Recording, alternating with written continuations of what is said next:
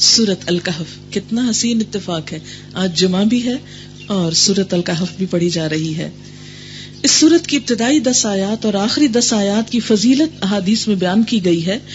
آپ نے فرمایا جو ان کو یاد کرے گا اور پڑھے گا وہ فتنہ دجال سے محفوظ رہے گا۔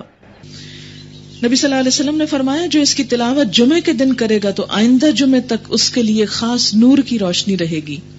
اس کے پڑھنے سے گھر میں سکینت اور برکت نازل ہوتی ہے۔ ایک مرتبہ ایک صحابی نے سورہ کہف پڑھی، گھر میں ایک جانور بھی تھا، وہ بدکنا شروع ہو گیا۔ انہوں نے غور سے دیکھا کہ کیا بات ہے، تو انہیں ایک بادل نظر آیا جس نے انہیں ڈھانپ رکھا ہے۔ صحابی نے اس واقعے کا ذکر نبی صلی اللہ علیہ وسلم سے کیا تو آپ نے فرمایا اسے پڑھا کرو، قرآن پڑھتے وقت سکینت نازل ہوتی، فرشتے ڈھانپ لیتے ہیں نا، تو بعض لوگوں کو وہ بادل نظر بھی آنے لگتے ہیں، سو کوئی جھوٹی بات نہیں ہے ہاں؟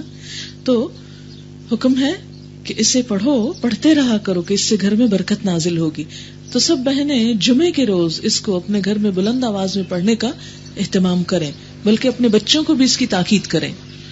سورۃ الکہف، بسم اللہ الرحمن الرحیم، الحمد للہ الذی انزل علی عبده الکتاب ولم یجعل له عوجا قیما لینذر بأسا شدیدا من لدن ویبشر المؤمنین الذین یعملون الصالحات ان لهم اجرا حسنا ماکثین فیہ ابدا وَيُنذِرَ الَّذِينَ قَالُوا اتَّخَذَ اللَّهُ وَلَدًا مَا لَهُم بِهِ مِنْ عِلْمٍ وَلَا لِآبَائِهِمْ كَبُرَتْ كَلِمَةً تَخْرُجُ مِنْ أَفْوَاهِهِمْ إِنْ يَقُولُونَ إِلَّا كَذِبًا فَلَعَلَّكَ بَاخِعٌ نَفْسَكَ عَلَى آثَارِهِمْ إِنْ لَمْ يُؤْمِنُوا بِهَذَا الْحَدِيثِ أَسَفًا إِنَّا جَعَلْنَا مَا عَلَى الْأَرْضِ زِينَةً لَهَا لِنَبْلُوَهُمْ أَيُّهُمْ أَحْسَنُ عَمَلًا وَإِنَّا لَجَاعِلُونَ مَا عَلَيْهَا سَعِيدًا جُرُزًا أَمْ حَسِبْتَ أَنَّ أَصْحَابَ الْكَهْفِ وَالرَّقِيمِ كَانُوا مِنْ آيَاتِنَا عَجَبًا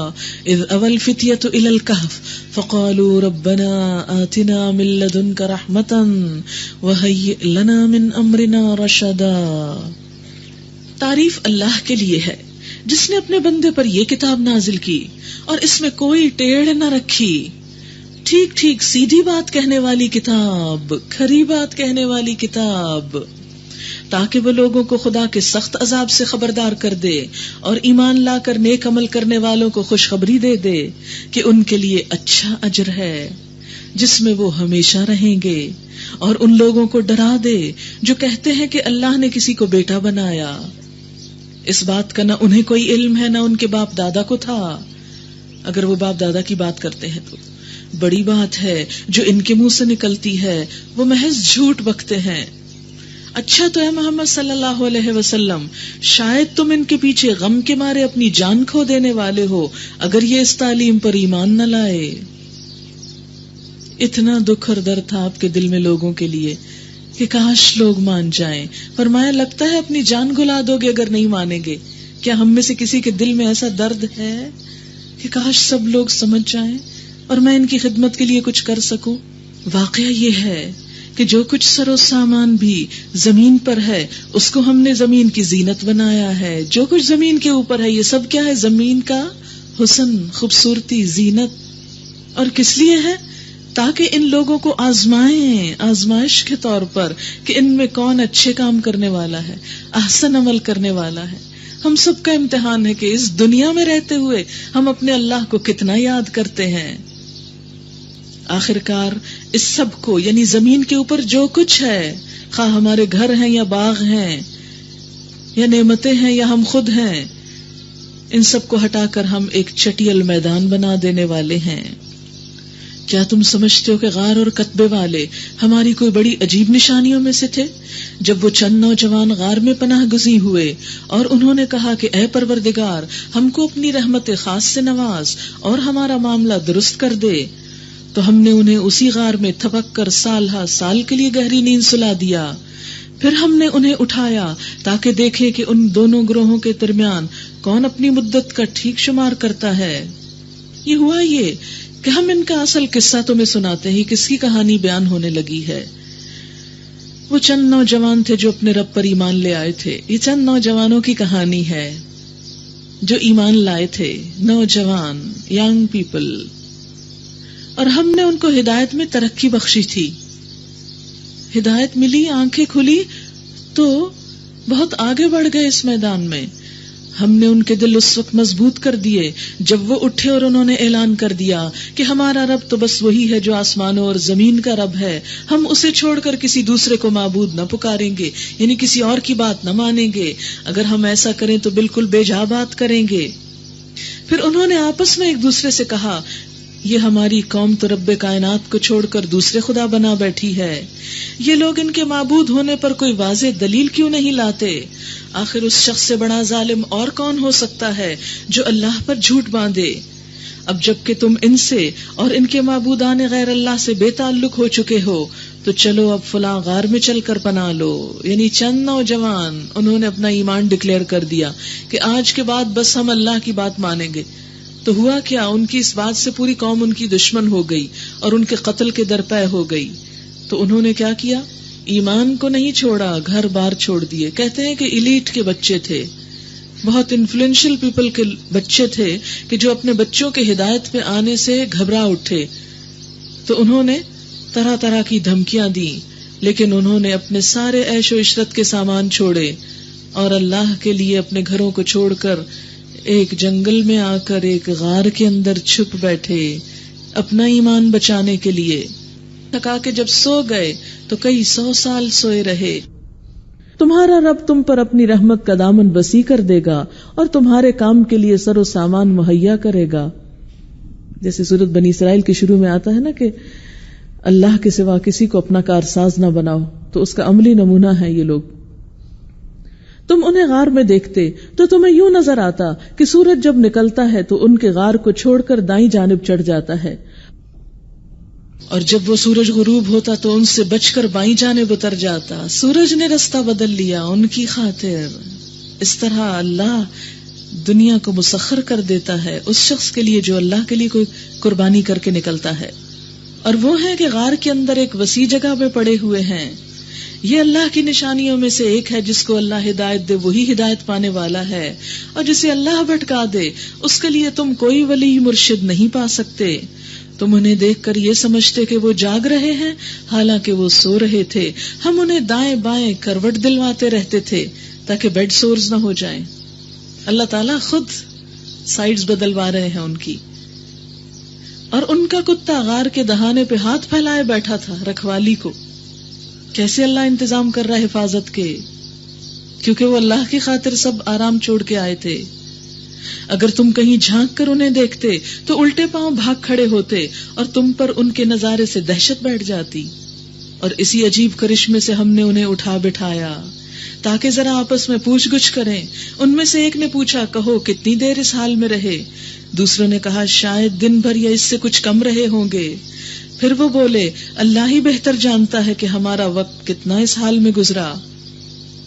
چلو اب اپنے میں سے کسی کو چاندی کا یہ سکہ دے کر شہر بھیجیں تاکہ وہ دیکھے کہ سب سے اچھا کھانا کہاں ملتا ہے. سب سے اچھا کھانا، اللہ والے تھے سب سے اچھا کھانا کھا رہے ہیں. کیونکہ ہمارے ہاں تو اللہ والے ہونے کا تصور کیا ہے؟ اچھا کھانا چھوڑ دو. وہاں سے وہ کچھ کھانے کے لیے لائے. بات یہ ہے کہ اپنی حیثیت اور حلال کی کمائی میں سے جو اچھا کھا سکتے ہو کھاؤ، بس اسراف نہ کرو، ضائع نہ کرو، ویسٹ نہ کرو، تکبر نہ کرو کھا کر، کسی کو حقیر نہ سمجھو. اور چاہیے کہ ذرا ہوشیاری سے کام کرے، ایسا نہ ہو کہ وہ کسی کو ہمارے یہاں ہونے سے خبردار کر بیٹھے. اگر کہیں ان لوگوں کا ہاتھ ہم پر پڑ گیا تو بس سنسار ہی کر ڈالیں گے، یا پھر زبردستی ہمیں اپنی ملت میں واپس لے جائیں گے. اور ایسا ہوا تو ہم کبھی فلاح نہ پا سکیں گے. اس طرح ہم نے اہل شہر کو ان کے حال پہ مطلع کیا تاکہ لوگ جان لیں کہ اللہ کا وعدہ سچا ہے اور یہ کہ قیامت کی گھڑی بے شک آ کر رہے گی. مگر ذرا خیال کرو، جب سوچنے کی اصل بات یہ تھی اس وقت وہ آپس میں اس بات پہ جھگڑ رہے تھے کہ ان اصحاب کہف کے ساتھ کیا کیا جائے. کچھ لوگوں نے کہا ان پہ ایک دیوار چن دو، ان کا رب ہی ان کے معاملے کو بہتر جانتا ہے. مگر جو لوگ ان کے معاملات پر غالب تھے انہوں نے کہا ہم تو ان پر ایک عبادت گاہ بنائیں گے. یہ بھی قدیم زمانے سے مسئلہ چلا آ رہا ہے کہ نیک لوگوں کی قبر پر عبادت گاہ. حالانکہ نبی صلی اللہ علیہ وسلم نے منع فرمایا ہے، اللہ نے لعنت فرمائی قبروں کی زیارت کرنے والی عورتوں پر، یعنی کثرت سے جو کرتی ہیں، قبروں پہ مسجدیں بنانے اور چراغ روشن کرنے والوں پر۔ قبر کے اوپر چراغ روشن کرنے سے منع کیا گیا، کیوں؟ اس لیے کہ چراغ تو زندہ انسان کا حق ہے، قبر کے اندر اس کو کہاں روشنی جا رہی، کیوں اپنا تیل ضائع کر رہے ہو وہاں بھیج کر، کیوں بجلی کا بلب لگوا کے وہاں لائٹ ضائع کر رہے ہو؟ اگر مردے کو ثواب پہنچانا چاہتے ہو تو کسی غریب کے گھر میں بجلی لگوا دو، جتنا عرصہ وہ استعمال کرے گا تمہارے مرنے والے کو ثواب پہنچتا رہے گا۔ کوئی یوز لیس اور بیکار کام کرنے سے روکا جس کا مرنے والے کو فائدہ کچھ نہیں۔ نبی صلی اللہ علیہ وسلم نے فرمایا، خبردار رہو، تم سے پہلے لوگ اپنے انبیاء کی قبروں کو عبادت گاہ بنا لیتے تھے، میں تمہیں اس حرکت سے منع کرتا ہوں۔ آج کل بہت سے لوگ یہ کہتے ہیں کہ پھر مسجد نبی کے اندر حضور کی قبر کیوں؟ تو بات یہ ہے کہ مسجد اس سے ہٹ کر تھی، یہ تو جب مسجد کی توسیع ہوئی تو آٹومیٹیکلی وہ بیچ میں آ گئی۔ نبی صلی اللہ علیہ وسلم کو جب دفنایا گیا تو مسجد کے اندر نہیں دفنایا گیا تھا، یا آپ کے دفن کرنے کے بعد اس پر مسجد نہیں بنائی گئی تھی، وہ تو ایک ضرورت کے تحت اس طرف کو پھیل گئی۔ پھر آپ صلی اللہ علیہ وسلم نے فرمایا، اللہ نے لعنت فرمائی یہود اور نصارہ پر، انہوں نے اپنے انبیاء کی قبروں کو عبادت گاہ بنا لیا، یعنی قبروں پہ جا کے عبادت نہیں کرنی چاہیے۔ ان لوگوں کا حال یہ تھا کہ اگر ان میں کوئی مرد صالح ہوتا تو اس کے مرنے کے بعد اس کی قبر پہ مسجدیں بناتے، اس کی تصویریں تیار کرتے، یہ قیامت کے روز بدترین مخلوق ہوں گے۔ یہ بخاری اور مسلم کی روایت ہے، صحیح ترین حدیث ہے۔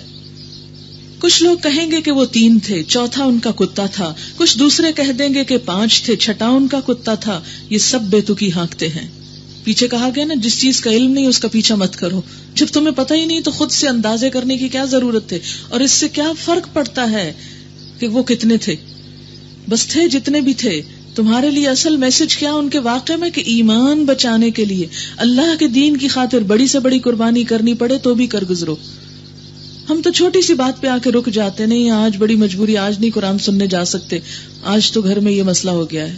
کوئی چھوٹی سی بات جو خلاف توقع ہو جائے، مثال کے طور پر آج کل بچوں کی چھٹیاں ہو گئی، بہت سی مائیں شاید آج نہ آئی ہوں کہ اب بچوں کو کون دیکھے، تو آپ دیکھیں کہ بچوں کو چھوڑ کے آپ بازار بھی تو چلے جاتے ہیں، بچوں کو چھوڑ کے آپ سو بھی تو جاتے ہیں، لیکن بچوں کو چھوڑ کر قرآن کیوں نہیں پڑھا جا سکتا؟ 2-2.5 گھنٹے کی تو بات ہے۔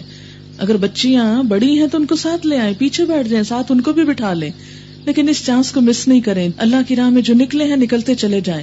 اگر بہت چھوٹے بھی ہیں تو بہت پیچھے بھی آپ بیٹھ جائیں تو آپ ان کے ساتھ بھی کچھ نہ کچھ سن لیں گے، بالکل محروم نہیں رہیں گے۔ دنیا کے سب کام ہو جائیں گے۔ آپ دیکھیں کہ 24 گھنٹے میں اگر یہ 3 یا 4 گھنٹے، اگر 4 گھنٹے نکال لیں تو بھی 20 گھنٹے آپ کے پاس دنیا کے کام کو ہیں۔ یعنی بچوں کے حقوق ہمیں اس سے روکتے نہیں کہ ہم اللہ کا حق ادا نہ کریں، دونوں ساتھ ساتھ بھی چل سکتے ہیں، بس مینجمنٹ کی ضرورت ہے کہ آپ کیسے مینج کرتے ہیں۔ کچھ لوگ کہیں گے وہ 3 تھے اور چوتھا ان کا کتا تھا، کچھ دوسرے کہیں گے 5 تھے، چھٹا کتا تھا، سب بے تکی ہانکتے ہیں۔ کچھ اور لوگ کہتے ہیں 7 تھے، 8واں کتا تھا۔ کہو میرا رب ہی بہتر جانتا ہے کہ وہ کتنے تھے، کم ہی لوگ ان کی صحیح تعداد جانتے ہیں۔ بس تم سرسری بات سے بڑھ کر ان کی تعداد کے معاملے میں لوگوں سے بحث نہ کرو، تعداد کے اوپر مت بحث کرو، اس سے فائدہ ہی کچھ نہیں، اور نہ ان کے متعلق کسی سے کچھ پوچھو۔ اور دیکھو کسی چیز کے بارے میں کبھی یہ نہ کہا کرو کہ میں کل یہ کام ضرور کر دوں گا۔ یہ کسے کہا جا رہا ہے؟ نبی صلی اللہ علیہ وسلم کو۔ کبھی ایسا وعدہ نہ کرو، الا ان یشاء اللہ، مگر یہ کہ انشاءاللہ کہا کرو۔ کیوں؟ اس لیے کہ اگر اللہ نے نہ چاہا تو کام نہیں ہو سکتا، خواہ ہم کتنا ہی چاہتے ہوں۔ اگر بھولے سے ایسی بات زبان سے نکل جائے تو فوراً اپنے رب کو یاد کرو۔ یعنی مثلاً کسی سے وعدہ کر کے آگے اور وہاں انشاءاللہ کہنا بھول گئے، گھر آ کے یاد آیا تو پھر گھر میں ہی کہہ لو انشاءاللہ، اور کہو امید ہے کہ میرا رب اس معاملے میں رشد سے قریب تر بات کی طرف میری رہنمائی فرما دے گا۔ اور وہ اپنے غار میں 300 سال رہے، کچھ لوگ مدت کے شمار میں 9 سال اور بڑھ گئے ہیں۔ تم کہو اللہ ان کے قیام کی مدت زیادہ جانتا ہے، آسمانوں اور زمین کے سب پوشیدہ احوال اسی کو معلوم ہے۔ کیا خوب ہے وہ دیکھنے والا اور سننے والا، زمین اور آسمان کی مخلوقات کا کوئی خبرگیر اس کے سوا نہیں، اور وہ اپنی حکومت میں کسی کو شریک نہیں کرتا، اپنے فیصلوں میں کسی کو نہیں پوچھتا۔ اے نبی صلی اللہ علیہ وسلم، تمہارے رب کی کتاب میں سے جو کچھ تم پہ وحی کیا گیا ہے اسے جو کا تو سنا دو، جیسا ہے ویسا سنا دو، کوئی اس کے فرمودات کو بدل دینے کا مجاز نہیں۔ اور اگر تم کسی کی خاطر اس میں رد و بدل کرو گے تو اس سے بچ کر بھاگنے کے لیے کوئی جائے پناہ نہ پاؤ گے۔ یعنی قرآن کو تبدیل نہیں کر سکتے کسی کی خاطر. اور اپنے دل کو ان لوگوں کی معیت پر مطمئن کرو جو اپنے رب کی رضا کے طلبگار بن کر صبح و شام اسے پکارتے ہیں اور ان سے نگاہ ہرگز نہ پھیرو. کس کو کہا جا رہا ہے؟ نبی صلی اللہ علیہ وسلم کو جو اللہ کے نبی ہیں. کیا کہ نیک لوگوں کی صحبت کو مت چھوڑو. کیا تم دنیا کی زینت پسند کرتے ہو؟ عموماً انسان نیک لوگوں کو چھوڑ کر کن چیزوں میں مشغول ہوتا ہے؟ اٹریکشن کی چیزوں. فرمایا نہیں، دنیا تو ضرورت کی چیز ہے، لیکن اس کے ساتھ ساتھ کیا کرو کہ نیک لوگ ان کی مجلس میں اگر دنیا بہت نہیں بھی ملتی، مثلاً یہاں آپ آتے ہیں، کوئی بڑی پارٹی آپ کو نہیں بھی دی جاتی، کچھ نہ کھانے کو ملے، تب بھی آنے کا بڑا فائدہ ہے. روح جو بہت کچھ لے رہی ہے. کسی ایسے شخص کی اطاعت نہ کرو جس کے دل کو ہم نے اپنی یاد سے غافل کر دیا. غافل انسان کی بات نہ مانو. اور جس نے اپنی خواہش نفس کی پیروی اختیار کر لی، یعنی جو اپنے دل کی مانتا ہے، تم اس کی نہ مانو. اور جس کا طریقہ کار افراط و تفریط پہ مبنی ہے، حد سے بڑھا ہوا، صاف کہہ دو کہ یہ حق ہے تمہارے رب کی طرف سے. اب جس کا جی چاہے مان لے، جس کا جی چاہے انکار کر دے. قل الحق من ربکم فمن شاء فلیؤمن ومن شاء فلیکفر انا اعتدنا للظالمین نارا احاط بهم سرادقها. ہم نے ان انکار کرنے والے ظالموں کے لیے ایک آگ تیار کر رکھی ہے جس کی لپٹیں انہیں گھیرے میں لے چکی ہیں. وہاں اگر وہ پانی مانگیں گے تو ایسے پانی سے ان کی تواضع کی جائے گی جو تیل کی تل چھڑ جیسا ہوگا. کبھی چپس تلے ہوں تو اینڈ میں وہ جو تھک رہ جاتا ہے نا سٹف، اس کی طرف اشارہ ہے. اور ان کا منہ بھون ڈالے گا. ابلتا تیل کو پیے تو منہ میں کیا رہے. بدترین پینے کی چیز، بری آرام گاہ، نہایت بری. رہے وہ لوگ جو مان لیں اور نیک عمل کریں تو یقیناً ہم نیکوکار لوگوں کا اجر ضائع نہیں کیا کرتے. ان کے لیے سدا بہار جنتیں ہیں جن کے نیچے نہریں بہ رہی ہوں گی. وہاں وہ سونے کے کنگنوں سے آراستہ کیے جائیں گے، باریک ریشم اور اطلس و دیبا کے سبز کپڑے پہنیں گے، اور اونچی مسندوں پر تکیے لگا کر بیٹھیں گے. بہترین اجر، اعلیٰ درجے کی جائے قیام، اعلیٰ درجے کا ٹھکانہ. اے محمد صلی اللہ علیہ وسلم، ان کے سامنے ایک مثال پیش کرو. 2 شخص تھے، ان میں سے ایک کو ہم نے انگور کے 2 باغ دیے اور ان کے گرد کھجور کے درختوں کی باڑ لگائی اور ان کے درمیان کاشت کی زمین رکھی. دونوں باغ خوب پھلے پھولے اور بارآور ہونے میں انہوں نے ذرا سی کسر بھی نہ چھوڑی. ان باغوں کے اندر ہم نے ایک نہر جاری کر دی اور اسے خوب نفع حاصل ہوا. یہ کچھ پا کر ایک دن وہ اپنے ہمسائے سے بات کرتے ہوئے بولا، میں تجھ سے زیادہ مالدار ہوں. یعنی جب اتنا کچھ مل گیا تو پھر اب اس کا اظہار بھی. بہت سے لوگ اپنے مالداری کے قصے کسی نہ کسی اینگل سے سناتے رہتے ہیں. اور تجھ سے زیادہ طاقتور جتھا رکھتا ہوں. ظاہر ہے جہاں مال ہے وہاں دوست بھی بہت ہیں. پھر وہ اپنی جنت میں داخل ہوا اور اپنے نفس کے حق میں ظالم بن کر کہنے لگا، میں نہیں سمجھتا کہ یہ دولت کبھی فنا ہو جائے گی اور مجھے توقع نہیں کہ قیامت کی گھڑی کبھی آئے گی. تاہم اگر کبھی مجھے اپنے رب کے حضور پلٹایا بھی گیا تو ضرور اس سے بھی زیادہ شاندار جگہ پاؤں گا. اس کے ہمسائے نے گفتگو کرتے ہوئے اس سے کہا، کیا تو کفر کرتا ہے اس ذات سے جس نے تجھے مٹی سے اور پھر نطفے سے پیدا کیا اور تجھے ایک پورا آدمی بنا کھڑا کیا؟ رہا میں تو میرا رب تو وہی اللہ ہے اور میں اس کے ساتھ کسی کو شریک نہیں کرتا. اور جب تو اپنی جنت میں داخل ہو رہا تھا اس وقت تیری زبان سے یہ کیوں نہ نکلا کہ ماشاء اللہ لا قوت الا باللہ؟ اگر تو مجھے مال اور اولاد میں اپنے سے کمتر پا رہا ہے تو بعید نہیں کہ میرا رب مجھے تیری جنت سے بہتر عطا فرمائے.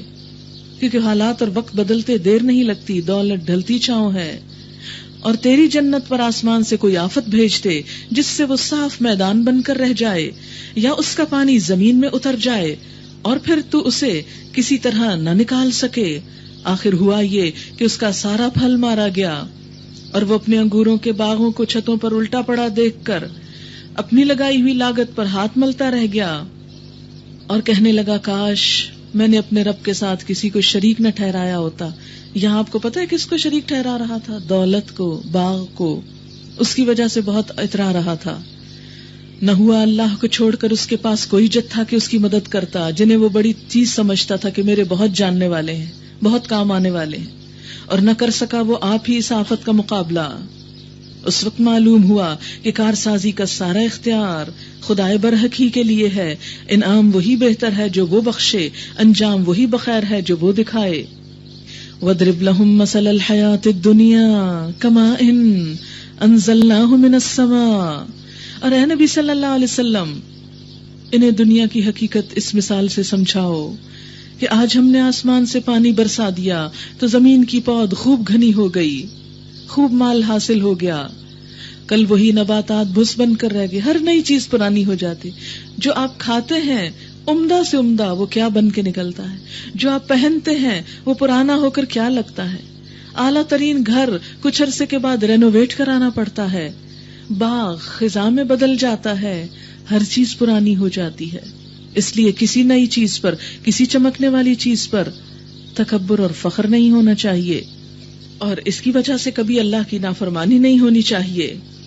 کل وہی نباتات بس بن کر رہ گئی جسے ہوائیں اڑائے لیے پھرتی ہیں. اللہ ہر چیز پر قدرت رکھتا ہے. یہ مال اور یہ اولاد، المال والبنون زینت الحیات الدنیا، محض دنیاوی زندگی کی ہنگامی آرائش. والباقیات الصالحات، اصل میں تو باقی رہ جانے والیاں نیکیاں، وہی تیرے رب کے نزدیک نتیجے کے لحاظ سے بہتر ہیں، اور انہی سے اچھی امیدیں وابستہ کی جا سکتی ہیں. فکر اس دن کی ہونی چاہیے جبکہ ہم پہاڑوں کو چلا دیں گے اور تم زمین کو بالکل برہنا پاؤ گے، اور ہم تمام انسانوں کو اس طرح گھیر کر جمع کریں گے کہ اگلوں پچھلوں میں سے ایک بھی نہ چھوٹے گا، کوئی ایک نہ بھاگے گا، نہ میں نہ آپ، اور سب کے سب تمہارے رب کے حضور صف در صف پیش کیے جائیں گے. وَعُرِضُوا عَلَىٰ رَبِّكَ صَفًّا، لائن قطار. ابھی تو ہم ایک بھگدڑ مچا دیتے ہیں نا، لیکن وہاں بھگدڑ نہ مچا سکیں گے، لائن قطار. قرآن میں ایک سورۃ صف ہے، ایک صافات ہے. فرشتے کہتے ہیں اِنَّا لَنَحْنُ الصَّافُونَ، ہم صفیں باندھ کے رکھتے ہیں، اور ہم مسلمان کوئی لائن نہیں بنا سکتے. کیوں کہ کانسیپٹ سے ہی ناشنا، جنگلی اور وحشی جانوروں کی طرح ہجوم اور بھیڑ. کیوں؟ اپنے صبر جو نہیں، اپنی باری کا انتظار جو نہیں. ہر شخص آگے جانا چاہتا ہے، ظاہر ہے ایک وقت میں ایک ہی جا سکتا ہے. وَعُرِضُوا عَلَىٰ رَبِّكَ صَفًّا لَقَدْ جِئْتُمُونَا كَمَا خَلَقْنَاكُمْ أَوَّلَ مَرَّةٍ. لو دیکھ لو، آ گئے نا تم ہمارے پاس اسی طرح جیسا ہم نے تم کو پہلی بار پیدا کیا تھا. تم سمجھتے تھے کہ تمہارے لیے تو وعدے کا کوئی وقت ہی مقرر نہیں. وَوُضِعَ الْكِتَابُ، نامہ اعمال رکھ دیا جائے گا. اس وقت تم دیکھو گے کہ مجرم لوگ اپنی کتاب زندگی کے اندراجات سے ڈر رہے ہوں گے، جیسے کوئی بھی بچہ امتحانی پرچہ دیکھ کر ڈر رہا ہوتا ہے کہ پتہ نہیں نمبر کتنے آئے. ہر امتحان دینے والا رزلٹ کے دن خوف زدہ ہوتا ہے، پتہ نہیں کون سی ڈویژن، کون سا گریڈ آتا ہے، کہاں جا پہنچتا ہوں. تو قیامت کے دن انسان اپنا اعمال نامہ دیکھ کر بھی ڈر رہا ہوگا اور کہہ رہے ہوں گے وَيَقُولُونَ يَا وَيْلَتَنَا، ہائے افسوس ہم پر، مَا لِهَذَا الْكِتَابِ، اس کتاب کو کیا ہے، لَا يُغَادِرُ صَغِيرَةً وَلَا كَبِيرَةً، اس نے نہ کوئی چھوٹی بات چھوڑی نہ بڑی چھوڑی، إِلَّا أَحْصَاهَا، مگر اس کو شمار کر کے رکھا. وَوَجَدُوا مَا عَمِلُوا حَاضِرًا، وَوَجَدُوا مَا عَمِلُوا حَاضِرًا، اور جو کچھ انہوں نے کیا تھا وہ سب اپنے سامنے حاضر پائیں گے. وَلَا يَظْلِمُ رَبُّكَ أَحَدًا، اور تیرا رب کسی ایک پر بھی ظلم نہ کرے گا. انسان قیامت کے دن اپنے ایک ایک عمل کو دیکھ لے گا، الگ الگ ہر چیز کے کیٹلاگ بنے ہوئے ہوں گے، سب پہ پوری کیلکولیشن کے ساتھ الا احصا، شمار کیا ہوگا، گن گن کے رکھا ہوگا. کیا مثلاً وہ سب دوست جن کو میں نے دھوکہ دیا، وہ سب کتابیں جو میں نے پڑھی، وہ سب جھوٹ جو میں نے بولے، وہ آرام جو میں نے کسی کو دیا، وہ لطیفے جن پہ میں ہنسی، وہ کام جو مجھ سے غصے کی حالت میں ہوئے، وہ باتیں جن پہ میں اپنے بہن بھائیوں پہ چلائی، وہ لمحات جب میں والدین پر زیر لب بڑبڑائی. ایک ایک چیز گن کے رکھی ہوئی ہوگی. ضخیم کتاب، پوری زندگی کی کتاب. نہ صرف یہ کہ بولی ہوئی چیزیں بلکہ سوچیں بھی، وہ نفسانی شہوت بھری سوچیں جو میں سوچتی رہتی تھی، وہ حیوانی جذبات جنہوں نے مجھے مغلوب کر لیا اور حرام کام کروائے، یہ سب کے سب سامنے ہوں گے. دنیا میں اگر کوئی ہمیں یہ سب کچھ دکھا دے تو ہم آگے بڑھ کے وہ چھین کے پھاڑ ڈالیں، لیکن قیامت کے دن اپنا اعمال نامہ کوئی پھاڑ نہ سکے گا. انسان شکست خوردہ اور مایوس ہو کر بیٹھ جائے گا. آپ کو معلوم ہے کہ ایسی کمپیوٹر ڈسک تیار کر لی گئی ہے کہ جو جلائے جلتی نہیں، پانی میں بہائے نقصان دہ نہیں ہوتی، کہیں چھوڑ دو اس کی معلومات ضائع نہیں ہوتی. تو کیا اللہ تعالیٰ کے لیے مشکل ہے کہ وہ معلومات کو اس طرح سمیٹ کے رکھے کہ کوئی ان کو رب نہ کر سکے، مٹا نہ سکے؟ لیکن اس وقت انسان جو آنسو بہائے اور شرمندہ ہو وہ آج بہنے چاہیے، آج شرمندگی ہونی چاہیے، آج تنہائی میں ہمیں اپنے ہی گناہوں پہ سوچنا چاہیے. وہ پیٹ درد جو کل پڑے گا وہ آج پڑ جانا چاہیے. شرمندگی کے آنسوؤں سے اس ساری کتاب کے گناہوں کو مٹا ڈالیں. آج موقع ہے، کل چلا جائے گا. وَوُضِعَ الْكِتَابُ، کتاب سامنے لائی جائے گی، رکھ دی جائے گی. فَتَرَى الْمُجْرِمِينَ مُشْفِقِينَ مِمَّا فِيهِ، تم دیکھو گے مجرم، قصوروار لوگ اپنی کتاب زندگی کے اندراجات سے ڈر رہے ہوں گے. وہ کام چھپ چھپ کے جو ہم کرتے ہیں لوگوں سے، حرام کام. کہیں گے کیا ہوا اس کتاب کو؟ کچھ بھی نہیں چھوٹا، ایک اشارہ بھی نہیں چھوٹا.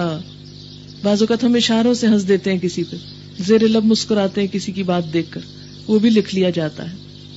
اور تیرا رب کسی پہ ظلم نہ کرے گا. یاد کرو جب ہم نے فرشتوں سے کہا تھا کہ آدم کو سجدہ کرو تو انہوں نے سجدہ کیا مگر ابلیس نے نہ کیا. کان من الجن، یہ ابلیس جنوں میں سے تھا، اس لیے اپنے رب کے حکم کی اطاعت سے نکل گیا، کیونکہ آزادی ہے نا جنوں کو بھی. اب کیا تم مجھے چھوڑ کر اس کو اور اس کی ذریت کو اپنا دوست بناتے ہو؟ مجھے چھوڑ کر اسے اپنا سرپرست بناتے ہو، مددگار سمجھتے ہو، حالانکہ وہ تمہارے دشمن ہیں. بڑا ہی برا بدل ہے جسے ظالم لوگ اختیار کر رہے ہیں. میں نے آسمان و زمین پیدا کرتے وقت ان کو نہیں بلایا تھا اور نہ خود ان کی اپنی تخلیق میں انہیں شریک کیا تھا. یہ میرا کام نہیں کہ گمراہ کرنے والوں کو اپنا مددگار بنایا کروں. پھر کیا کریں گے یہ لوگ اس روز جبکہ ان کا رب ان سے کہے گا کہ پکارو اب ان ہستیوں کو جنہیں تم میرا شریک سمجھ بیٹھے تھے. یہ ان کو پکاریں گے مگر وہ ان کی مدد کو نہ آئیں گے، اور ہم ان کے درمیان ایک ہی ہلاکت کا گڑھا مشترک کر دیں گے.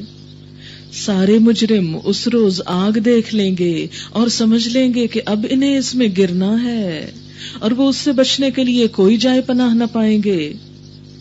وَلَقَدْ صَرَّفْنَا فِي هَذَا الْقُرْآنِ لِلنَّاسِ مِنْ كُلِّ مَثَلٍ وَكَانَ الْإِنسَانُ أَكْثَرَ شَيْءٍ جَدَلًا، ہم نے اس قرآن میں لوگوں کو طرح طرح سے سمجھایا مگر انسان بڑا ہی جھگڑالو واقع ہوا. ان کے سامنے جب ہدایت آئی تو اسے ماننے اور اپنے رب کے حضور معافی چاہنے سے آخر ان کو کس چیز نے روک دیا؟ اس کے سوا اور کچھ نہیں کہ وہ منتظر ہیں کہ ان کے ساتھ بھی وہی کچھ ہو جو پچھلی قوموں کے ساتھ ہو چکا، یا یہ کہ وہ عذاب کو سامنے آتے دیکھ لیں. رسولوں کو ہم اس کام کے سوا اور کسی غرض کے لیے نہیں بھیجتے کہ وہ بشارت اور تنبیہ کی خدمت انجام دیں، مگر کافروں کا حال یہ ہے کہ وہ باطل کے ہتھیار لے کر حق کو نیچا دکھانے کی کوشش کرتے ہیں، اور انہوں نے میری آیات کو اور ان تنبیہات کو جو انہیں کی گئیں مذاق بنا لیا ہے. افسوس کہ آج ہم مسلمانوں نے خود اپنے قرآن اور اس کے احکامات کا مذاق بنا لیا. اور اس شخص سے بڑھ کر ظالم اور کون ہے جسے اس کے رب کی آیات سنا کر نصیحت کی جائے اور وہ ان سے منہ پھیر لے، اللہ کی بات سن کے منہ موڑ کے چلا جائے اور اس برے انجام کو بھول جائے جس کا سر و سامان اس نے اپنے لیے خود اپنے ہاتھوں کیا ہے. جن لوگوں نے یہ روش اختیار کی ہے ان کے دلوں پر ہم نے غلاف چڑھا دیے ہیں جو انہیں قرآن کی بات سمجھنے نہیں دیتے، اور ان کے کانوں میں ہم نے گرانی پیدا کر دی. تم انہیں ہدایت کی طرف کتنا ہی بلاؤ وہ اس حالت میں کبھی ہدایت نہ پائیں گے. تیرا رب بڑا درگزر کرنے والا اور رحیم ہے، وہ ان کے کرتوتوں پر انہیں پکڑنا چاہتا تو جلد ہی عذاب بھیج دیتا، مگر ان کے لیے وعدے کا ایک وقت مقرر ہے اور اس سے بچ کر بھاگ نکلنے کی یہ کوئی راہ نہ پائیں گے. یہ عذاب رسیدہ بستیاں تمہارے سامنے موجود ہیں، انہوں نے جب ظلم کیا تو ہم نے انہیں ہلاک کر دیا، اور ان میں سے ہر ایک کی ہلاکت کے لیے ہم نے وقت مقرر کر رکھا تھا. اب موسیٰ علیہ السلام اور خضر علیہ السلام کا قصہ. خضر کا نام تو بہت لوگوں نے سن رکھا ہوگا اور بہت سی کہانیاں بھی وابستہ ہیں ان کے ساتھ. بہرحال ان کی اصل حقیقت کیا ہے وہ قرآن سے آپ کو پتہ چلے گی. کہا جاتا ہے کہ ایک سائل کے جواب میں موسیٰ علیہ السلام نے کہہ دیا کہ اس وقت مجھ سے بڑا کوئی عالم نہیں. تو اللہ تعالیٰ کو یہ جملہ پسند نہیں آیا. تو اگر ان کا پسند نہیں آیا تو ہمارا، اگر ہم میں سے کوئی یہ کہے کہ میں سب سے زیادہ جانتا ہوں، مجھے سب پتا ہے، بہت ناپسندیدہ جملہ ہے کہ کوئی کہے مجھے سب پتا ہے. اور وحی کے ذریعے انہیں مطلع کیا کہ ہمارا ایک بندہ خضر جو تجھ سے بھی بڑا عالم ہے حضرت موسیٰ نے پوچھا یا اللہ اس سے ملاقات کس طرح ہو سکتی، کیونکہ نیک لوگ ہمیشہ بڑے علماء کی ملاقات کے شوقین ہوتے ہیں۔ اللہ تعالیٰ نے فرمایا جہاں 2 سمندر ملتے ہیں وہیں ہمارا وہ بندہ تمہیں ملے گا۔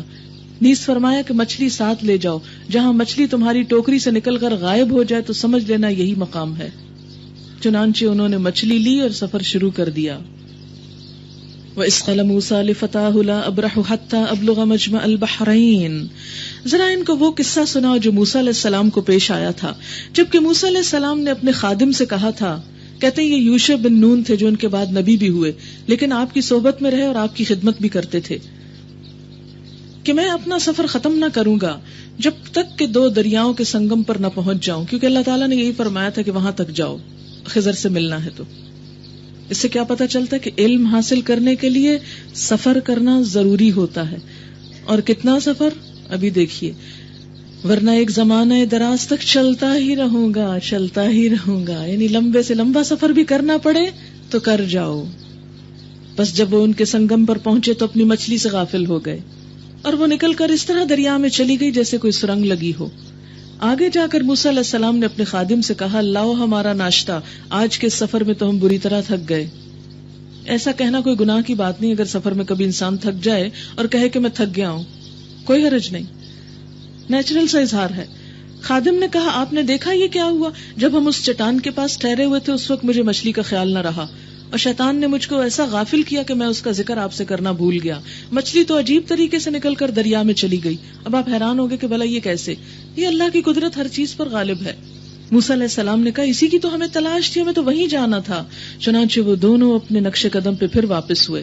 یعنی اگر علم کی تلاش میں راستہ بھول جائیں تو تھک کر گھر نہ جائیں، پھر واپس آ کر بھی ڈھونڈ لیں۔ موسیٰ علیہ السلام نے کہا اسی کی ہمیں تلاش تھی۔ چنانچہ وہ دونوں اپنے نقش قدم پر واپس ہوئے اور انہوں نے ہمارے بندوں میں سے ایک بندے کو پایا جسے ہم نے اپنی رحمت سے نوازا تھا اور اپنی طرف سے ایک خاص علم عطا کیا تھا، خاص علم۔ موسیٰ علیہ السلام نے اس سے کہا کیا میں آپ کے ساتھ رہ سکتا ہوں تاکہ آپ مجھے بھی اس دانش کی تعلیم دے جو آپ کو سکھائی گئی؟ یعنی کسی سے علم حاصل کرنے کے لیے، اس کی مجلس صحبت میں بیٹھنے کے لیے اس سے اجازت لینا اخلاق کا ایک حصہ ہے۔ اس نے جواب دیا آپ میرے ساتھ صبر نہیں کر سکتے، یعنی علم کا راستہ صبر کا راستہ ہے اور آپ صبر نہیں رکھتے، اور جس چیز کی آپ کو خبر نہ ہو آخر اس پر صبر کر بھی کیسے سکتے ہیں؟ یعنی جو علم انسان کے پاس نہیں ہوتا، انسان چاہتا جلدی سے مل جائے، لیکن علم کے لیے صبر ضروری ہوتا ہے۔ موسیٰ نے کہا علیہ السلام انشاءاللہ آپ مجھے صابر پائیں گے، یعنی ڈٹرمینیشن دیکھیے، اور میں کسی معاملے میں آپ کی نافرمانی نہ کروں گا، یعنی اگر کمٹمنٹ کی ہے تو استاد کی نافرمانی نہیں، پھر استاد کی مرضی پہ چلنا ہوگا۔ اس نے کہا اچھا اگر آپ میرے ساتھ چلتے ہیں تو مجھ سے کوئی بات نہ پوچھیں جب تک کہ میں خود اس کا آپ سے ذکر نہ کروں، یعنی بہت زیادہ سوال نہ کریں، میں خود ہی بتاؤں گا جو بھی میں کروں گا۔ اب وہ دونوں روانہ ہوئے، یہاں تک کہ وہ ایک کشتی میں سوار ہو گئے تو اس شخص نے کشتی میں شگاف ڈال دیا۔ موسیٰ علیہ السلام نے کہا آپ نے اس میں شگاف ڈال دیا تاکہ سب کشتی والوں کو ڈبو دیں، یعنی فوراً ہی استاد کے کام پر تنقید، یہ تو آپ نے ایک سخت حرکت کر ڈالی۔ اس نے کہا میں نے تم سے کہا نہ تھا تم میرے ساتھ صبر نہیں کر سکتے، میری پالیسی کو سمجھ نہیں سکتے، اس لیے تم مجھ سے علم نہیں حاصل کر سکو گے۔ موسیٰ علیہ السلام نے کہا بھول چوک پر مجھے نہ پکڑیے، میرے معاملے میں آپ ذرا سختی سے کام نہ لیں، استاد سے ریکویسٹ کی جا سکتی کہ ذرا ہم سے نرمی سے معاملہ کریں۔ پھر وہ دونوں چلے یہاں تک کہ ان کو ایک لڑکا ملا اور اس شخص نے اسے قتل کر دیا۔ خضر علیہ السلام نے لڑکا قتل کر دیا۔ موسیٰ علیہ السلام نے کہا آپ نے ایک بے گناہ کی جان لے لی، حالانکہ اس نے کسی کا خون نہ کیا تھا، یہ کام تو آپ نے بہت برا کیا۔ اس نے کہا خضر نے میں نے تم سے کہا نہ تھا کہ تم میرے ساتھ صبر نہیں کر سکتے؟ موسیٰ علیہ السلام نے کہا اس کے بعد اگر میں آپ سے کچھ پوچھوں تو آپ مجھے ساتھ نہ رکھیں، لیجیے اب تو میری طرف سے آپ کو عذر مل گیا، استاد کو راضی کر لینا چاہیے اگر وہ ناراض ہو جائے۔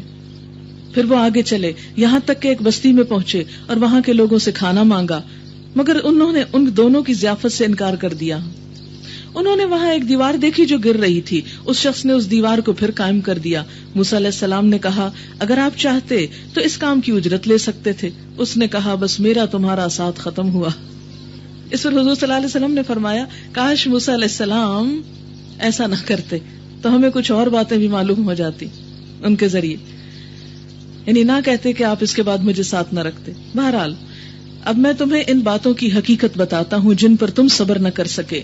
اس کشتی کا معاملہ یہ ہے کہ وہ چند غریب آدمیوں کی تھی جو دریا میں محنت مزدوری کرتے تھے۔ میں نے چاہا اسے عیبدار کر دوں، کیونکہ آگے ایک ایسے بادشاہ کا علاقہ تھا جو ہر کشتی کو زبردستی چھین لیتا تھا۔ رہا وہ لڑکا تو اس کے والدین مومن تھے۔ ہمیں اندیشہ ہوا کہ یہ لڑکا اپنی سرکشی اور کفر سے ان کو تنگ کرے گا، اس لیے ہم نے چاہا کہ ان کا رب اس کے بدلے ان کو ایسی اولاد دے جو اخلاق میں بھی اس سے بہتر ہو اور جس سے صلہ رحمی بھی زیادہ متوقع ہو۔ اور اس دیوار کا معاملہ یہ ہے کہ یہ 2 یتیم لڑکوں کی ہے جو اس شہر میں رہتے ہیں۔ اس دیوار کے نیچے ان بچوں کے لیے خزانہ مدفون ہے۔ ان کا باپ ایک نیک آدمی تھا، اس لیے تمہارے رب نے چاہا کہ یہ دونوں بچے بالغ ہوں اور اپنا خزانہ نکال لیں۔ یہ تمہارے رب کی رحمت کی بنا پہ کیا گیا۔ وما فعلته عن امری، میں نے کچھ اپنے اختیار سے نہیں کر دیا۔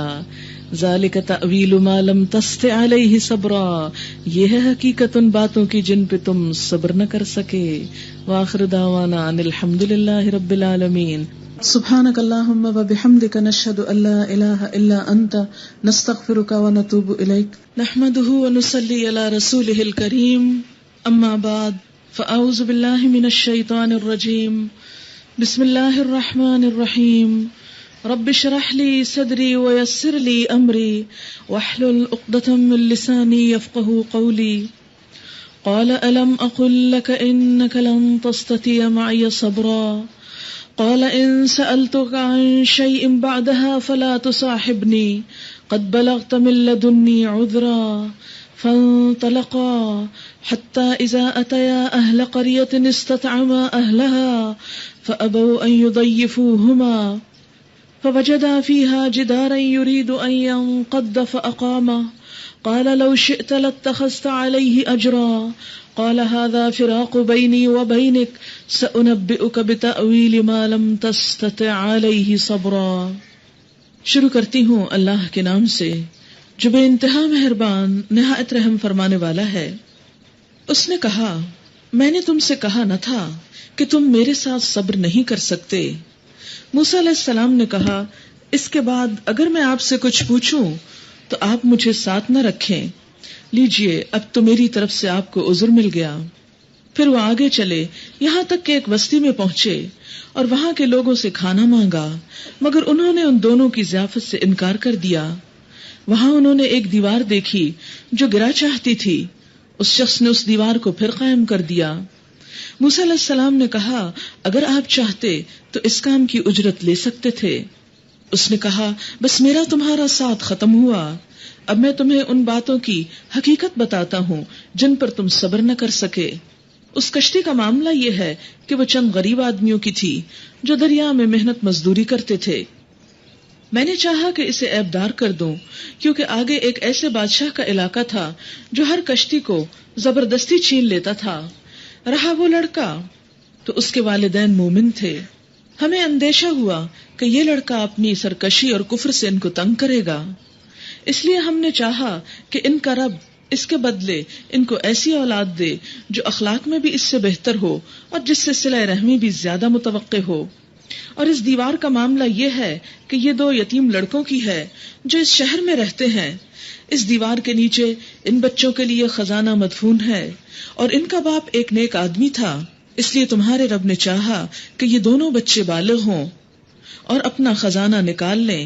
یہ تمہارے رب کی رحمت کی بنا پر کیا گیا ہے، میں نے کچھ اپنے اختیار سے نہیں کر دیا ہے۔ یہ ہے حقیقت ان باتوں کی جن پر تم صبر نہ کر سکے۔ وَيَسْأَلُونَكَ عَنْ ذِي الْقَرْنَيْنِ قُلْ سَأَتْلُو عَلَيْكُمْ مِنْهُ ذِكْرًا إِنَّا مَكَّنَّا لَهُ فِي الْأَرْضِ وَآتَيْنَاهُ مِنْ كُلِّ شَيْءٍ سَبَبًا فَأَتْبَعَ سَبَبًا۔ اور اے محمد صلی اللہ علیہ وسلم، یہ لوگ تم سے ذوالقرنین کے بارے میں پوچھتے ہیں، ان سے کہو میں اس کا کچھ حال تم کو سناتا ہوں۔ ذوالقرنین کے بارے میں قرآن پاک سے ہمیں پتہ چلتا ہے کہ وہ ایک حکمران تھا جس کو اللہ تعالیٰ نے بہت سے اسباب اور وسائل، فیسلٹیز اور ذرائع عطا کر رکھے تھے۔ وہ مشرقی اور مغربی ممالک کو فتح کرتا ہوا ایک ایسے پہاڑی درے پر پہنچا کہ جس کی دوسری طرف یاجوج ماجوج تھے۔ اس نے وہاں یاجوج ماجوج کا راستہ بند کرنے کے لیے ایک نہایت مستحکم بند تعمیر کیا. وہ عادل اور اللہ کو ماننے والا اور آخرت پر یقین رکھنے والا بادشاہ تھا. وہ نفس پرست اور مال و دولت کا حریص نہ تھا. کہا جاتا ہے کہ یہ تمام صفات جس پر فٹ آتی ہیں وہ مشہور تاریخی شخصیت جسے سائرس کے نام سے یا ذوالقرنین کے نام سے پہچانا جاتا ہے، جو بہت ہی قابل قدر خدمات انجام دے کر دنیا سے رخصت ہوا. اس میں توجہ کے قابل جو بات ہے وہ یہ ہم سب کے غور کرنے کی کہ ایک طرف وہ اللہ اور یوم آخرت پر ایمان رکھتا تھا، دوسری طرف وہ عادل تھا، اور تیسری طرف یہ کہ اللہ نے اس کو دنیا کے وسائل بے پناہ عطا کیے تھے، اور ان وسائل کو وہ اللہ کے حکم کے مطابق انسانوں کی بھلائی کے لیے استعمال کرتا تھا. اس لیے اس صورت میں یہاں پر اس کا کردار ہمارے سامنے رکھا گیا کہ آج بھی اگر انسانوں میں سے کسی کو اللہ دنیا کے وسائل دے تو وہ اسے کس طرح استعمال کرے. اور اے محمد صلی اللہ علیہ وسلم، یہ لوگ تم سے ذوالقرنین کے بارے میں پوچھتے ہیں. قرن کیا تسنیہ ہے قرنین، دو سینگ والا. یا تو واقعی اس کے سر پہ دو سینگ اٹھے ہوئے تھے، یا پھر یہ کہ اس کے سر پہ بالوں کی دو لٹیں تھیں، یا یہ کہ اس نے دنیا کے دو کناروں مشرق و مغرب پر پہنچ کر وہاں پر اپنی حکومت قائم کی. بہرحال جو بھی وجہ ہو اس کا نام ذوالقرنین ہی تھا، یا اسے ذوالقرنین ہی کے نام سے پہچانا جاتا تھا. ان سے کہو میں اس کا کچھ حال تم کو سناتا ہوں. اچھا، سوال یہ پیدا ہوتا ہے کہ نبی صلی اللہ علیہ وسلم سے ایسے قصے کیوں پوچھے جاتے تھے، ایسے سوال کیوں کیے جاتے تھے؟ اس لیے تاکہ آپ کے علم کو اور آپ کی نبوت کی حقیقت کو جانچا جا سکے. فرمایا ہم نے اس کو زمین میں اقتدار عطا کر رکھا تھا اور اسے ہر قسم کے اسباب اور وسائل بخشے تھے. اس نے پہلے مغرب کی طرف ایک مہم کا سر و سامان کیا، حتیٰ کہ جب وہ غروب آفتاب کی حد تک پہنچ گیا تو اس نے سورج کو ایک کالے پانی میں ڈوبتے دیکھا، اور وہاں اسے ایک قوم ملی. ہم نے کہا اے ذوالقرنین، تجھے یہ قدرت بھی حاصل ہے کہ ان کو تکلیف پہنچائے، اور یہ بھی کہ ان کے ساتھ نیک رویہ اختیار کرے. یعنی اللہ نے اس کو اتنی اتھارٹی دے رکھی تھی کہ وہ لوگوں کے ساتھ جو چاہے معاملہ کرے. لیکن اس نے کہا جو ان میں سے ظلم کرے گا ہم اس کو سزا دیں گے، پھر وہ اپنے رب کی طرف پلٹایا جائے گا اور وہ اسے اور زیادہ سخت عذاب دے گا. اور جو ان میں سے ایمان لائے گا اور نیک عمل کرے گا اس کے لیے اچھی جزا ہے، اور ہم اس کو نرم احکام دیں گے. پھر اس نے ایک دوسری مہم کی تیاری کی، یہاں تک کہ طلوع آفتاب کی حد تک جا پہنچا. وہاں اس نے دیکھا کہ سورج ایک ایسی قوم پر طلوع ہو رہا ہے جس کے لیے دھوپ سے بچنے کا کوئی سامان ہم نے فراہم نہیں کیا. یعنی ایسے کسی صحرا میں رہنے والے لوگ تھے جہاں کوئی پہاڑ یا درخت وغیرہ بھی نہ تھے. یہ حال تھا ان کا، اور ذوالقرنین کے پاس جو کچھ تھا اسے ہم جانتے تھے. پھر اس نے ایک اور مہم کا سامان کیا، یہاں تک کہ جب دو پہاڑوں کے درمیان پہنچا تو اسے ایک ایسی قوم ملی جو مشکل ہی سے کوئی بات سمجھتی تھی، یعنی لینگویج بیریئر تھا. ان لوگوں نے کہا کہ اے ذوالقرنین، یاجوج اور ماجوج اس زمین میں فساد پھیلاتے ہیں، تو کیا ہم تجھے کوئی ٹیکس اس کام کے لیے دیں کہ تو ہمارے اور ان کے درمیان ایک بند تعمیر کر دے؟ اس نے کہا جو کچھ میرے رب نے مجھے دے رکھا ہے وہ بہت ہے، بس تم محنت کرو اور محنت سے میری مدد کرو. میں تمہارے اور ان کے درمیان ایک بند بنائے دیتا ہوں، مجھے لوہے کی چادریں لا دو. آخر جب دونوں پہاڑوں کے درمیانی خلا کو اس نے پاٹ دیا تو لوگوں سے کہا کہ اب آگ دہکاؤ، حتیٰ کہ جب یہ آہنی دیوار یعنی لوہے کی دیوار بالکل آگ کی طرح سرخ ہو گئی تو اس نے کہا لاؤ اب میں اس پر پنگھلا ہوا تانبا ڈالوں. یہ بند ایسا تھا کہ یاجوج ماجوج اس پر چڑھ کر بھی نہ آ سکتے تھے، اور اس میں سوراخ کرنا ان کے لیے اور بھی مشکل تھا. ذوالقرنین نے کہا یہ میرے رب کی رحمت ہے، جب میرے رب کے وعدے کا وقت آئے گا تو وہ اس دیوار کو پیوند خاک کر دے گا، اور میرے رب کا وعدہ برحق ہے. یعنی جب قیامت آئے گی تو مضبوط لوہے کی دیواریں انسانوں کو کچھ نہ بچا سکیں گی. وَتَرَكْنَا بَعْدَهُمْ يَوْمَئِذٍ يَمُوجُ فِي بَعْضٍ وَنُفِخَ فِي الصُّورِ فَجَمَعْنَاهُمْ جَمْعًا. اور اس روز یعنی قیامت کے روز ہم لوگوں کو چھوڑ دیں گے کہ سمندر کی موجوں کی طرح ایک دوسرے سے گتھم گتھا ہوں، یعنی ایک دوسرے میں آ ملیں گی موجیں، اور سور پھونکا جائے گا اور ہم سب انسانوں کو ایک ساتھ جمع کر لیں گے، اور وہ دن ہوگا جب ہم جہنم کو کافروں کے سامنے لے آئیں گے، ان کافروں کے سامنے جو میری نصیحت کی طرف سے اندھے بنے ہوئے تھے۔ اس سے کیا پتہ چلتا ہے کہ کفر صرف اللہ تعالی کی ذات کا انکار نہیں، بلکہ کفر یہ بھی ہے کہ اس کی نصیحت کو نہ سننا، اس کی نصیحت کی طرف توجہ نہ کرنا۔ اور یہاں پر آپ دیکھیں کہ بہت قابل غور ہیں یہ الفاظ عربی کے، الذین کانت اعینہم فی غطاء عن ذکری، وہ جن کی نگاہیں میرے ذکر سے ڈھکی ہوئی تھی، یعنی میرے ذکر کو پڑھتے نہیں تھے۔ ذکر پھر کون سا ذکر ہے؟ یہاں قرآن مراد ہے کہ میرے قرآن کی طرف نگاہ کرنے کا ان کو وقت نہیں تھا، اور دوسری طرف وَكَانُوا لَا يَسْتَطِيعُونَ سَمْعًا، وہ سننے کی استطاعت بھی نہ رکھتے تھے، انہیں سننے کی توفیق بھی نہ تھی، وہ سننا بھی نہ چاہتے تھے۔ اس سے کیا پتہ چلتا ہے کہ اگر کوئی شخص پڑھ نہ سکتا ہو تو اسے کم از کم قرآن سننا تو ضرور چاہیے، اور سننے کے مواقع کو ہاتھ سے جانے نہیں دینا چاہیے۔ افحسب الذین کفروا ان یتخذوا عبادی من دونی اولیاء انا اعتدنا جہنم للکافرین نزلا، تو کیا یہ لوگ جنہوں نے کفر اختیار کیا ہے یہ خیال رکھتے ہیں کہ مجھے چھوڑ کر میرے بندوں کو اپنا کارساز بنا لیں؟ ہم نے ایسے کافروں کی ضیافت کے لیے جہنم تیار کر رکھی ہے۔ یہ کن کافروں کی بات ہو رہی ہے؟ یہ کن کا ذکر ہے؟ جو اللہ کو چھوڑ کر اللہ کے بندوں کو اپنا مددگار سمجھیں، کارساز سمجھیں، جو اللہ کے بندوں، جیسے بہت سے بندے اللہ کے مرے ہوئے نیک بندوں کو اپنا کارساز سمجھتے ہیں، اپنا مددگار سمجھتے ہیں کہ وہ انہیں اللہ سے کچھ لے کر دیں گے، یا انہیں جب اللہ تعالیٰ پکڑے گا تو یہ چھڑا لیں گے۔ جیسے ہمارے ہاں ایک مشہور شعر ہے، خدا جو پکڑے چھڑا لے محمد، محمد کا پکڑا چھڑا کوئی نہیں سکتا۔ صریح شرک ہے۔ کس طرح ہو سکتا ہے کہ اللہ تعالیٰ کسی کو پکڑنا چاہیں اور پھر کوئی اور اس پکڑے ہوئے کو چھڑا لے، اور اگر حضور صلی اللہ علیہ وسلم پکڑے تو کوئی بھی نہ چھڑا سکے؟ اسی کو غلو کہا جاتا ہے۔ اے محمد صلی اللہ علیہ وسلم، ان سے کہو، کن سے؟ لوگوں سے۔ کیا؟ قل هل ننبئكم بالاخسرین اعمالا، قل هل ننبئكم بالاخسرین اعمالا، کیا ہم تم کو بتائیں کہ اپنے اعمال میں سب سے زیادہ ناکام اور نامراد لوگ کون ہیں؟ جو کام بھی کرتے ہیں لیکن اس کے باوجود وہ ناکام بھی ہیں، ان کے کام ان کو کوئی فائدہ نہ دیں گے۔ کون ہے وہ لوگ؟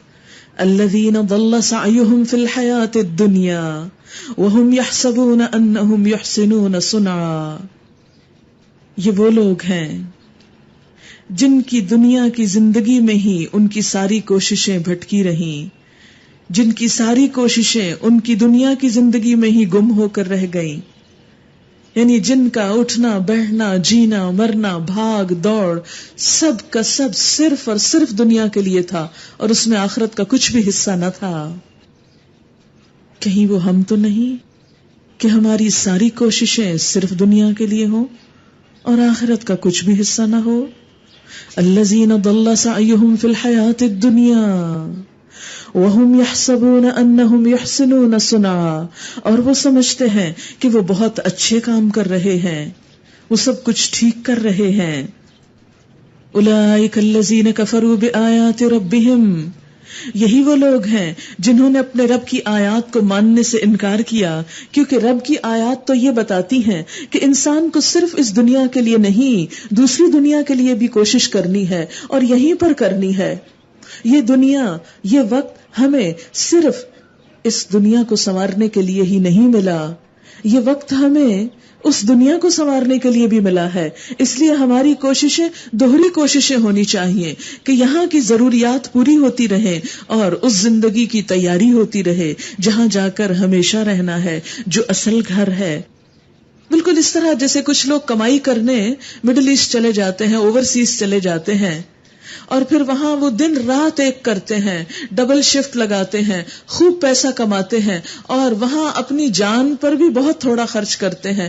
جو کچھ ہوتا ہے جمع کر کے پاکستان بھیجتے رہتے ہیں، یہاں مکان بنواتے ہیں، سب چیزیں تیار کرتے ہیں، اور کئی سال وہاں لگا کر یہاں پر کیوں آتے ہیں کہ جا کے اب آرام کریں. کوئی چھت ہو سر چھپانے کے لیے، کوئی گھر ہو سکون حاصل کرنے کے لیے، کوئی نعمتیں ہوں امن سے پچھلی زندگی بسر کرنے کے لیے. لیکن اگر کوئی شخص اسی نیت سے پاکستان سے باہر گیا ہو، لیکن وہاں جا کر وہ جو کچھ کمائے وہیں خرچ کر ڈالے اور سارے کا سارا وہیں پر لگا دے اور واپس کچھ بھی نہ بھیجے، تو جب اس کے وہاں کام کرنے کی مدت اور میعاد ختم ہو جائے، وقت ختم ہو جائے، اور پھر وہ پاکستان آئے تو خالی ہاتھ آئے، تو جن مشکل حالات میں گیا تھا انہی میں پھر واپس. تو یہ تو پھر بھی دنیا چلے، اگر اپنا گھر نہیں تو کسی رشتہ دار کسی نہ کسی طرح محنت مزدوری کر کے، اور کچھ نہیں تو کوئی کسی جگہ کوئی جھونپڑی اور خیمہ ہی لگا کے انسان زندگی بسر کر سکتا ہے اور زندگی گزر جائے گی. لیکن یاد رکھیں، اگر ہم نے آج اپنی اس دنیا میں اپنی آخرت کے لیے کام نہ کیا، وہاں کے لیے گھر نہ بنایا، وہاں کے لیے مال جمع نہ کیا، وہاں کی کرنسی تیار نہ کی، تو وہاں کوئی جھونپڑی لگانے کی جگہ بھی نہ ملے گی، اور وہاں کی زندگی گزرے گی بھی نہیں، کٹے گی بھی نہیں. ہمیشہ ہمیشہ کی زندگی جس میں ہمیشہ رہنا ہے. آج دنیا کی نعمتوں میں آخرت کی نعمتوں کو فراموش نہیں کرنا، یہاں اس کی تیاری کرنا ہے تاکہ خالی ہاتھ نہ جائیں، تاکہ وہاں کوئی پریشانی نہ ہو. اور چونکہ وہاں کی پریشانی معمولی پریشانی بھی نہیں، جہنم کی آگ جو اس دھوپ کے مقابلے میں، دنیا کی آگ کے مقابلے میں کئی گنا زیادہ سخت ہے. اے محمد صلی اللہ علیہ وسلم، ان سے کہیے کیا ہم تمہیں بتائیں کہ اپنے اعمال میں سب سے زیادہ ناکام اور نامراد لوگ کون ہیں؟ وہ کہ دنیا کی زندگی میں جن کی ساری کوشش راہ راست سے بھٹکی رہی، اور وہ سمجھتے رہے کہ وہ سب کچھ ٹھیک کر رہے ہیں، کیونکہ ہر انسان یہ سمجھتا ہے کہ وہ بالکل ٹھیک کر رہا ہے، اسی لیے تو اپنے حالات بدلنے کی کوشش نہیں کرتا. یہ وہ لوگ ہیں جنہوں نے اپنے رب کی آیات کو ماننے سے انکار کیا اور اس کے حضور پیشی کا یقین نہ کیا، اس لیے ان کے سارے اعمال ضائع ہو گئے، سارے اعمال ضائع ہو گئے. کیونکہ جو کوشش انسان صرف دنیا کے لیے کرتا ہے اور آخرت کی نیت نہیں رکھتا، اس کا بدلہ آخرت میں کچھ بھی ملنے والا نہیں. فَلَا نُقِيمُ لَهُمْ يَوْمَ الْقِيَامَةِ وَزْنًا، اور قیامت کے روز ہم انہیں کوئی وزن نہ دیں گے. بخاری میں آتا ہے قیامت کے دن ایک موٹا تازہ آدمی آئے گا، اللہ کے ہاں اس کا وزن اتنا بھی نہ ہوگا جتنا مچھر کے پر کا ہوتا ہے. پھر آپ نے یہی آیت تلاوت کی، یعنی ایک شخص دنیاوی اعتبار سے بہت صحت مند، بہت لمبا چوڑا اور بہت روب داب والا، بہت بڑے عہدے والا، بہت مال و دولت رکھنے والا، ملینئر، جس کی دنیا میں بہت دھاک تھی، جس کے دنیا کے کام صرف اشارے سے ہو جایا کرتے تھے، لیکن اللہ کے نزدیک اگر اس نے وہاں کے لیے کچھ نہ کیا ہوگا تو اتنا بے وقت ہوگا، اتنا ہلکا ہوگا جیسے مچھر کا پر ہو. اس کی کوئی حیثیت وہاں نہ ہوگی. وہاں کی حیثیت صرف اس شخص کی ہے جو وہاں کے لیے کچھ کمائی کر کے جائے. ذَلِكَ جَزَاؤُهُمْ جَهَنَّمُ بِمَا كَفَرُوا وَاتَّخَذُوا آيَاتِي وَرُسُلِي هُزُوًا. ان کی جزا جہنم ہے اس کفر کے بدلے جو انہوں نے کیا، اور اس مذاق کے پاداش میں جو وہ میری آیات اور میرے رسولوں کے ساتھ کرتے رہے. البتہ وہ لوگ جو ایمان لائے، جنہوں نے نیک عمل کیے، ان کی میزبانی کے لیے فردوس کے باغ ہوں گے.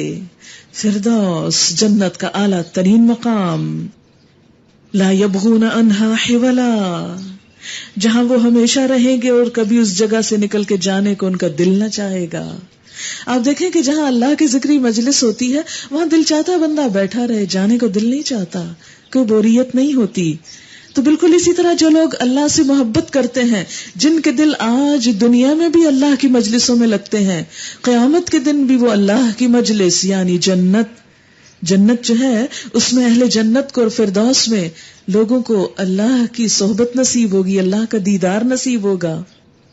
جسے سورۃ القمر کے آخر میں آتا ہے ان المتقین فی جنات و نہار، متقی لوگ باغات اور نہروں میں ہوں گے.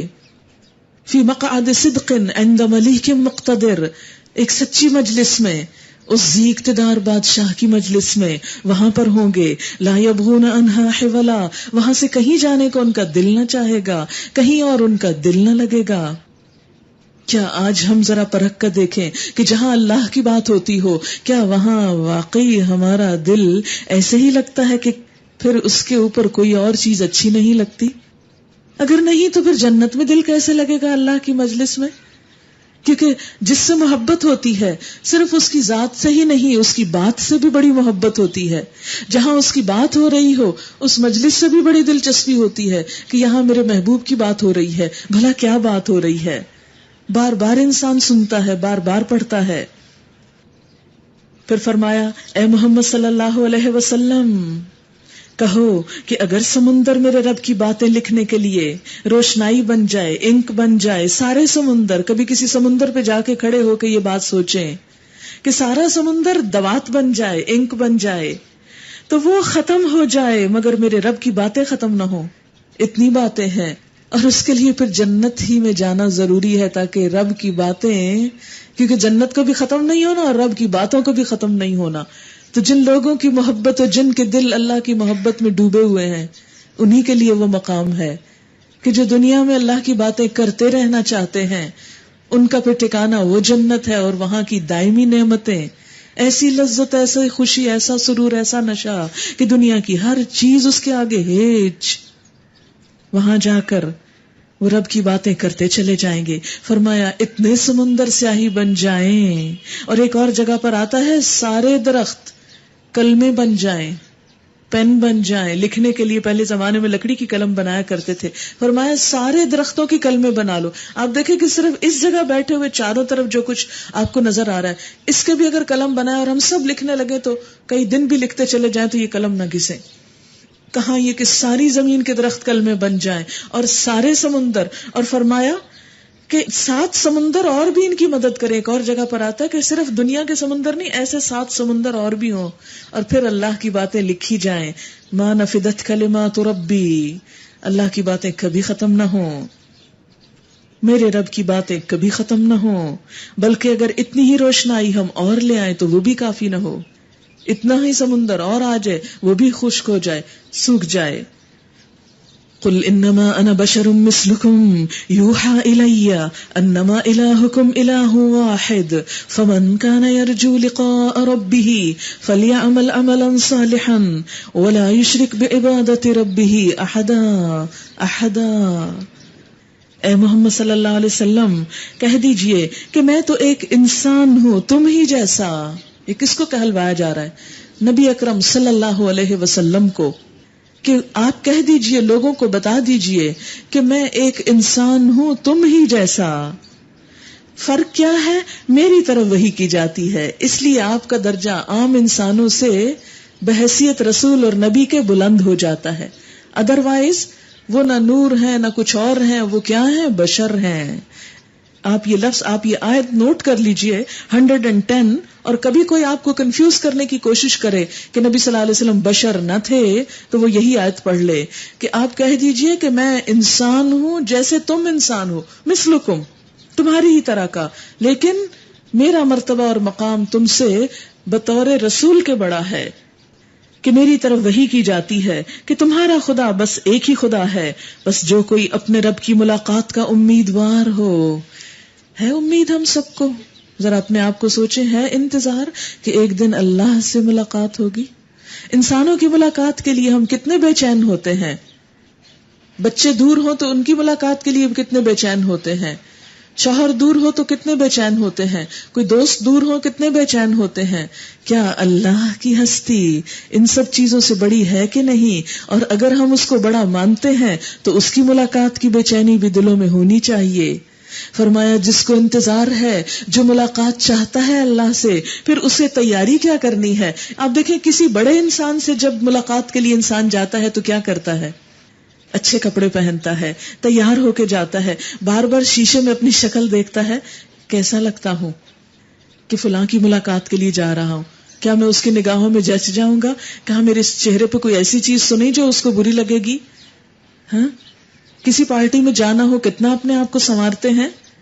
فرمایا جو اللہ کے سامنے جا کے کھڑا ہونا چاہتا ہے اسے بھی کچھ ساتھ لے کے جانا چاہیے، اسے بھی کچھ اپنا میک اپ کر لینا چاہیے، میک اپ، لیکن وہ شکل کا نہیں، عمل کا. فَلْيَعْمَلْ عَمَلًا صَالِحًا وَلَا يُشْرِكْ بِعِبَادَةِ رَبِّهِ أَحَدًا. اسے چاہیے کہ نیک عمل کرے اور بندگی میں اپنے رب کے ساتھ کسی کو شریک نہ کرے، کسی اور کو برابر نہ ٹھہرائے. جو کام اللہ کے لیے کرے بس اسی کے لیے کرے، کسی پہ احسان نہ جتائے، کسی سے اس کا بدلہ اور صلہ نہ چاہے. یہ ہے تیاری اللہ سے ملاقات کے لیے، اللہ کی محبت میں.